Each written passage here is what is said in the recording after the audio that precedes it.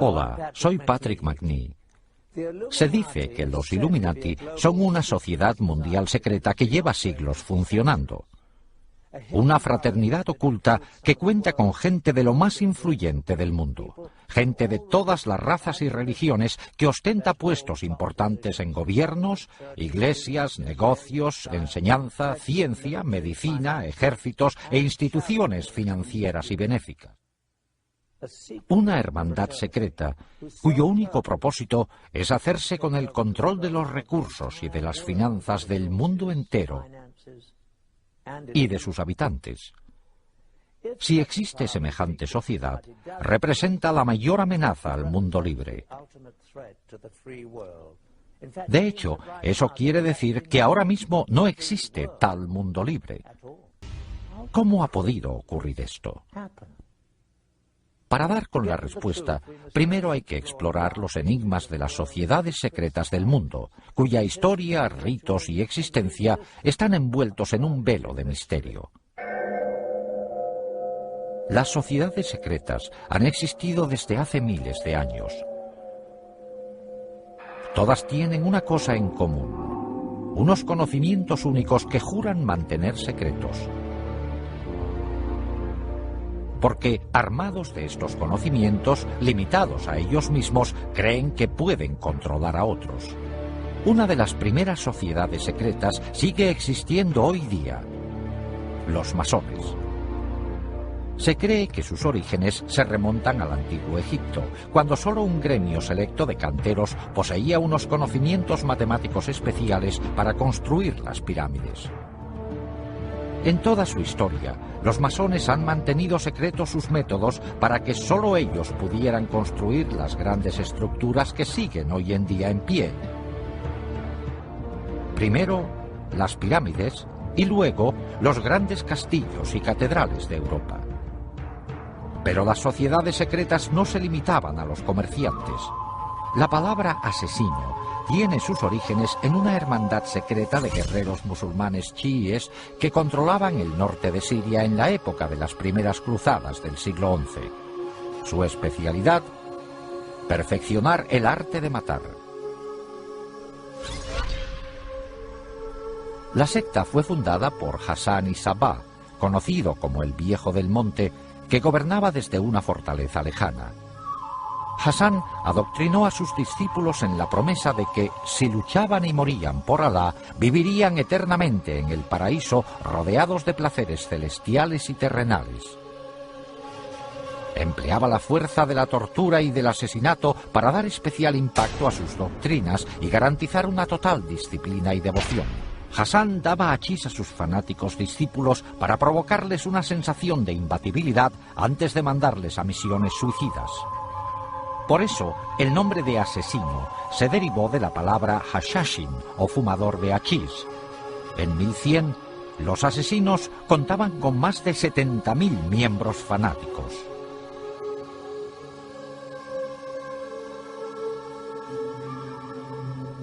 En la misma época histórica se fundó otra hermandad secreta, los Templarios. El Priorato de Sion era una fraternidad de caballeros creada en la Francia medieval con la intención de mantener la estirpe merovingia y restaurar su monarquía en Francia. Su sede oficial era la abadía de Notre-Dame du Mont de Sion en Jerusalén.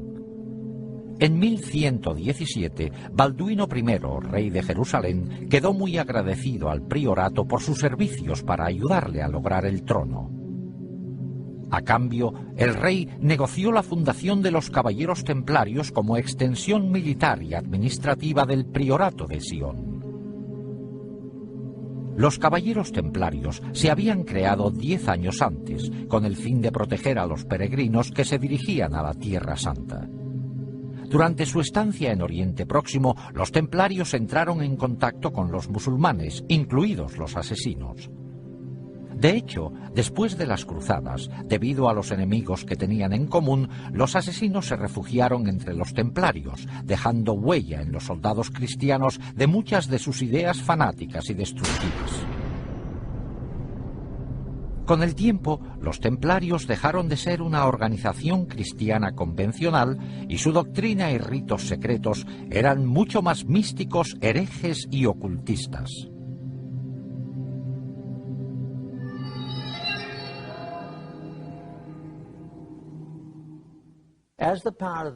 A medida que aumentó el poder de los templarios, la hermandad se convirtió en una iglesia dentro de la iglesia, con sus propios bancos, revocando excomuniones dictadas por obispos y solo obedecían al Papa.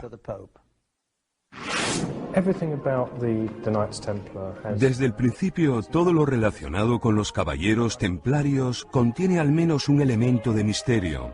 Se fundaron justo después de la Primera Cruzada, que volvió a abrir la ruta entre Europa y la Tierra Santa. Y en 1118, 9 caballeros franceses con conexión con la corte del conde de Champagne se fueron a la Tierra Santa con el fin, según ellos, de proteger los caminos y las rutas de peregrinaje para que los peregrinos estuvieran seguros ahora que podían visitar los lugares sagrados. Una vez en la Tierra Santa, no hay testimonios de que hicieran nada los primeros 9 años. Desde el principio, hay algo que no encaja. Además, hay testimonios de que esta misión para proteger la ruta de peregrinaje era solo una tapadera. En el fondo fueron ahí por otra razón. Por algún motivo, los caballeros creían que había escondido algún tesoro. Hay testimonios de que excavaron debajo del monte del templo y los arqueólogos han encontrado artilugios suyos de las excavaciones. Al parecer, los templarios pasaron muy poco tiempo en los caminos. De los 9 años de estancia, la mayoría lo pasaron excavando túneles debajo del monte del templo, el emplazamiento original del templo bíblico de Salomón. ¿Qué iban buscando? El templo de Salomón llevaba mucho tiempo destruido. Pero en épocas de conflicto se sabía que los sacerdotes habían escondido tesoros religiosos en cámaras subterráneas ocultas y los sacaban al pasar el peligro.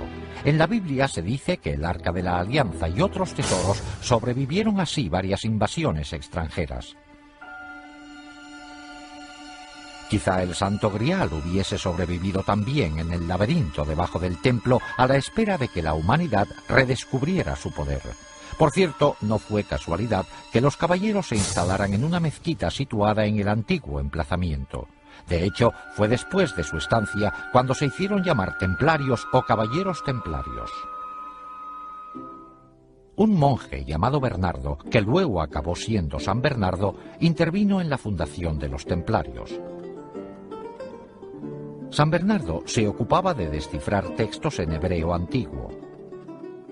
Aunque Bernardo era muy mundano en muchos aspectos, también era muy espiritual de un modo bastante insólito para su época. Le atraía mucho el lado femenino de la religión, los cultos a las vírgenes negras, sobre todo del sur de Francia, que son muy misteriosos, casi paganos.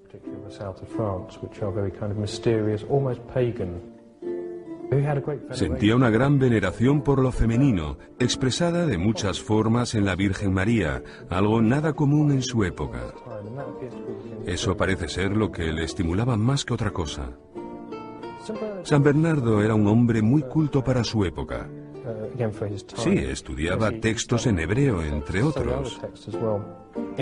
Podría ser algo que él encontró en ellos lo que le hizo pensar a esta gente que merecía la pena ir a Jerusalén. Es una teoría, pero una teoría válida. Parece tener mucho sentido. Los que estudian estos antiguos documentos quieren de repente que sus súbditos vayan a estos lugares históricos que se mencionan en ellos. Buscan algo. No sé personalmente qué encontraron, salvo que les parecía importante. No se sabe. Fuera lo que fuera, no se sabe dónde está. Es un misterio, pero abundan todo tipo de teorías que podrían ser correctas. Documentos, Arca de la Alianza, Santo Grial, lo que fuera, pero todas con un secreto.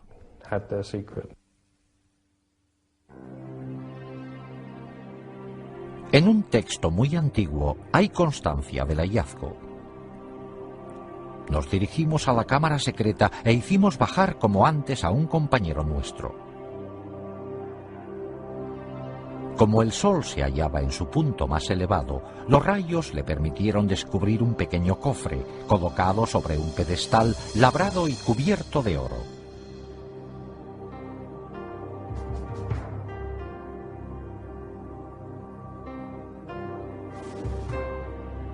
Nos dio la señal para el ascenso y lo sacamos de inmediato. Lo hemos traído para que lo examine el Consejo Supremo.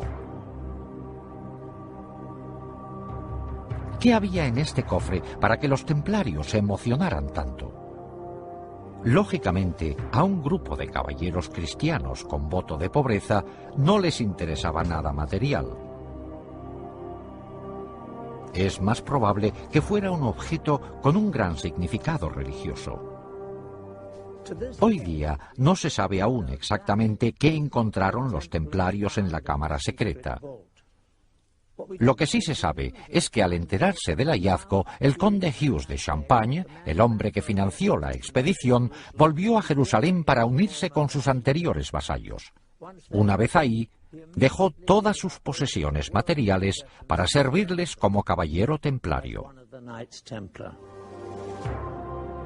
Después de este descubrimiento, el gran maestre de los templarios visitó al Papa, y con la bendición de San Bernardo, la Iglesia reconoció oficialmente su orden. En el mundo cristiano, los hombres se unían rápido a los caballeros, renunciando a sus familias, dejando sus posesiones materiales y aceptando los difíciles votos de pobreza y castidad.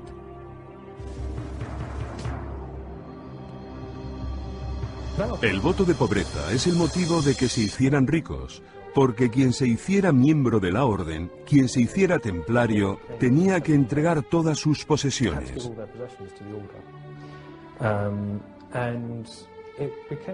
Además, se acabó viendo como un símbolo de prestigio que las familias nobles tuvieran hijos en la orden de los templarios. Y por supuesto, el dinero o las propiedades que tuvieran iban a las arcas. Además, cuando el Papa aprobó la orden, la bendijo y dijo que era bueno que quienes quisieran impresionar al Papa donaran fincas y dinero a esta nueva orden. Y en cantidades ingentes, ningún caballero podía poseer nada.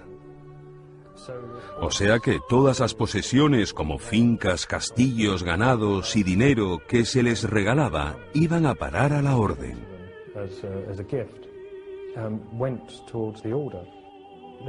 Tenían fama de ser la fuerza militar más temible y competente del bando cristiano.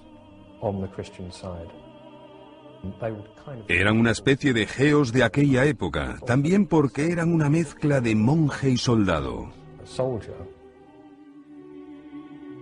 Los templarios proliferaron muchísimo después de las cruzadas. Se hicieron con el control financiero de Europa, dominando todas las principales industrias, sobre todo la de los préstamos.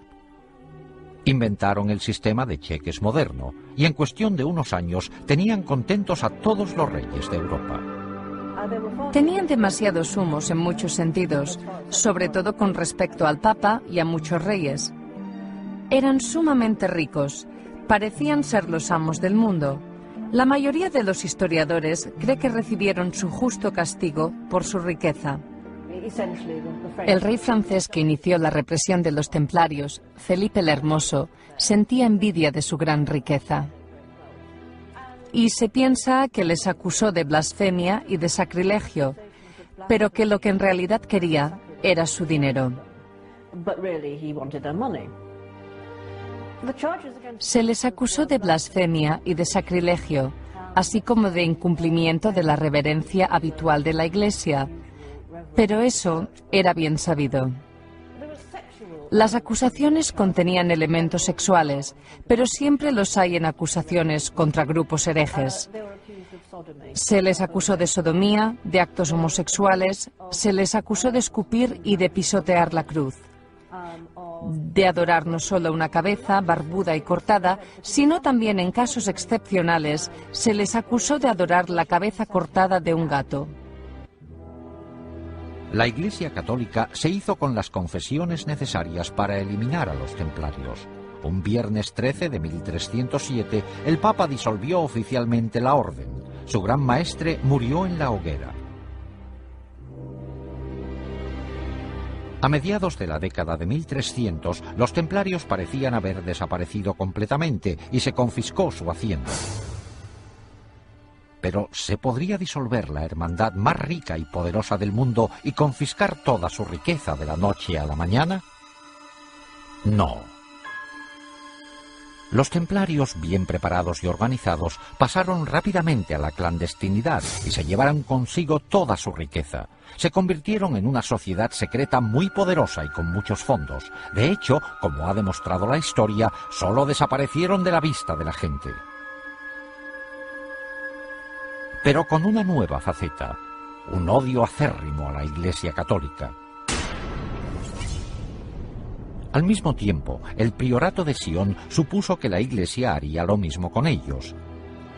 También parece que desaparecieron, pero solo de la vista de la gente. Durante más de 400 años, desde el siglo XIV hasta finales del XVIII, los masones, los asesinos, el priorato de Sion y los templarios subsistieron como sociedades secretas relativamente aisladas, con una influencia limitada, hasta que, el 1 de mayo de 1776, en Baviera, la humanidad vio lo que podría ser su peor destino. Adam Weishaupt, catedrático de Derecho Canónico, educado con los jesuitas y que sabía mucho de ocultismo, formó una nueva organización secreta que aglutinaría a todas las demás con un fin inconcebible: hacerse con el control total del mundo y de sus recursos y dominar por completo a sus habitantes. Weishaupt la describió eufemísticamente como un nuevo orden mundial. Esta hermandad diabólica se fundó inspirándose en una síntesis de las ideas centrales de sociedades secretas anteriores. Combinó ingeniosamente los conocimientos y ritos secretos masónicos, el misticismo islámico, artes mortales y uso del hachís de los asesinos, el carácter influyente del priorato de Sion, así como la riqueza, poder, organización militar y venganza contra la Iglesia Católica de los templarios. A todo eso, él añadió sus conocimientos de ocultismo. No fue mero accidente que escogiera el 1 de mayo, una fecha muy importante del calendario satánico, para fundar su asociación. El grupo se llamaba Illuminati. La traducción pública era inspirados intelectualmente. Pero Weishaupt dijo en privado que la palabra provenía de Lucifer y significaba poseedores de la luz. El sello oficial de la hermandad era una pirámide mística sin acabar y un ojo encima con rayos de luz irradiando en todas las direcciones. El ojo representaba la clarividencia y la sabiduría de la hermandad iluminada que domina el mundo. El fundador enumeró a sus seguidores los 5 medios principales secretos que se emplearían para lograr su objetivo de dominar el mundo en su totalidad. 1. Se emplearía el soborno sexual y monetario para controlar a hombres que ostenten cargos importantes en las distintas categorías de todos los gobiernos y otros puestos de responsabilidad.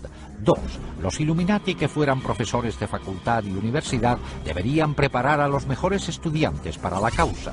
3. Se colocaría a personas de influencia y estudiantes especialmente preparados bajo el control de la hermandad detrás de todas las instituciones gubernamentales, religiosas y financieras y se emplearían como agentes. 4. La sociedad secreta dominaría absolutamente los medios de comunicación, de modo que toda la información pudiera manipularse para convencer a las masas de que un gobierno único mundial es la única solución de muchos problemas. 5. La fase final de la operación emplearía todos los recursos disponibles para provocar golpes militares que derrocarían a todos los gobiernos contrarios y pondrían al mundo bajo el control de un gobierno único al mando de los Illuminati. El grupo se componía al principio de masones del grado 32 y utilizaba diversas logias masónicas de tapadera como lugares de reclutamiento. El masón reclutado de mayor categoría fue un noble del norte de Alemania, el barón Kanicki, conocido también como Adolf Francis, un personaje clave en el mundo masón europeo. Los Illuminati eran muy reservados, hasta el punto de llamarse a sí mismos y sus centros con nombres clásicos falsos. Por ejemplo, Weishaupt era Espartaco, Canige era Filo, la sede era Eleusis, Austria era Egipto, etc. Las fechas se indicaban de forma codificada. Bajo la dirección de Canige, el número de miembros ascendió a más de 3000. Pero un triunfo tan rápido también provocó oposición. Los jesuitas se habían opuesto a los Illuminati desde el comienzo y al final todos los sacerdotes acabaron siendo enemigos acérrimos. La Iglesia Católica se opuso a la sociedad secreta. De hecho, los sacerdotes se opusieron tanto que el gobernador de Baviera declaró a los Illuminati conspiración ilegal por edicto en 1784. Muchos Illuminati fueron encarcelados y algunos, incluido Weishaupt, fueron exiliados. Al poco tiempo, la masonería también fue eliminada de Baviera. A finales del siglo XVIII, los Illuminati parecían haber desaparecido completamente del mapa. Pero en realidad, los Illuminati siguieron el ejemplo de las sociedades secretas anteriores.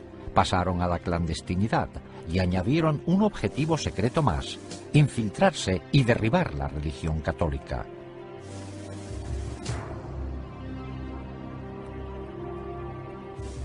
Al observar el mundo hoy día, ¿qué vemos de las sociedades secretas?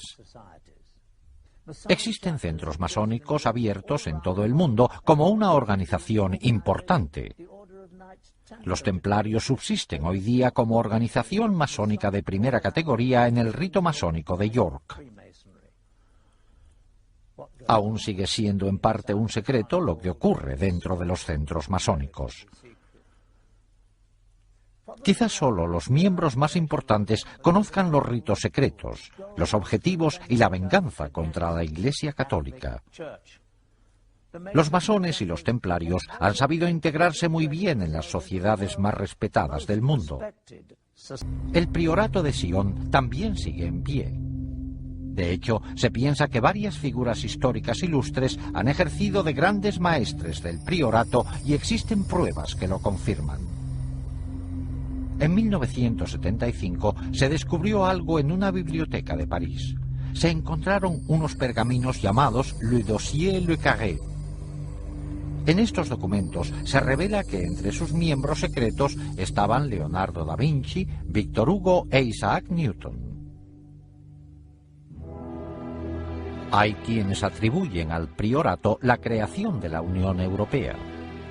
Se cree que el anterior presidente de Francia, François Mitterrand, era miembro del priorato, al igual que mucha otra gente con poder. En cuanto a la estirpe merovingia, que los miembros del priorato juraban proteger, aún se mantiene.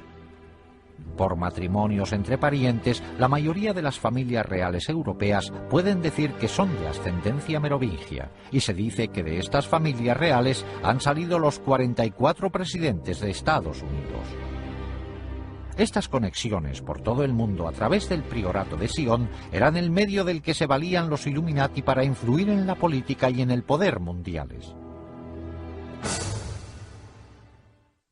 Pero ¿qué pasó con la sociedad más secreta de todas? Los Illuminati de Weishaupt. La hermandad que prometió unir a todas las demás sociedades secretas para dominar el mundo. ¿Sigue dedicándose activamente a su plan diabólico de dominar el mundo? Por supuesto, nuevos hechos sorprendentes descubiertos revelan que es más fuerte que nunca. El estudio de una sociedad secreta es como estudiar las corrientes de un lago. Las ondas de la superficie nos dan pistas para saber lo que pasa en el fondo. El gran plan de los Illuminati requería infiltrarse en los gobiernos de todo el mundo. Gracias a los archivos de la KGB abiertos recientemente, hemos visto asombrados cómo los Illuminati han estado manipulando hasta ahora las instituciones mundiales como el Vaticano. Y hemos visto que se han colocado por todo el mundo armas destructoras. Nos hemos centrado solo en la conexión de Rusia con los Illuminati. Desde que Adam Weishaupt fundó la sociedad secreta en 1776, sus tentáculos se han extendido a muchas otras naciones del mundo. Incluso en Estados Unidos existen señales reveladoras. La más obvia se halla en el reverso del billete de $1. Se ven claramente la pirámide y el ojo, la insignia de los Illuminati, que se incluyó ahí en 1933 por orden del presidente Franklin D. Roosevelt. Debajo se lee en latín Novus Ordo Seclorum, que se traduce como Nuevo Orden Mundial.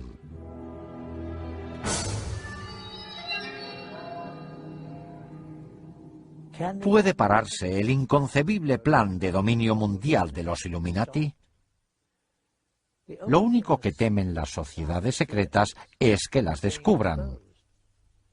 Hoy día están proliferando los libros sobre este espeluznante tema. Internet está repleto de información sobre esta organización secreta. Lo único que podemos hacer es esperar que toda la gente del mundo vea las señales y que hagan caso de la clara advertencia de que hay quienes están escondidos al acecho pensando en quitarnos nuestra libertad. Con ustedes, Patrick Macnee, gracias por su atención.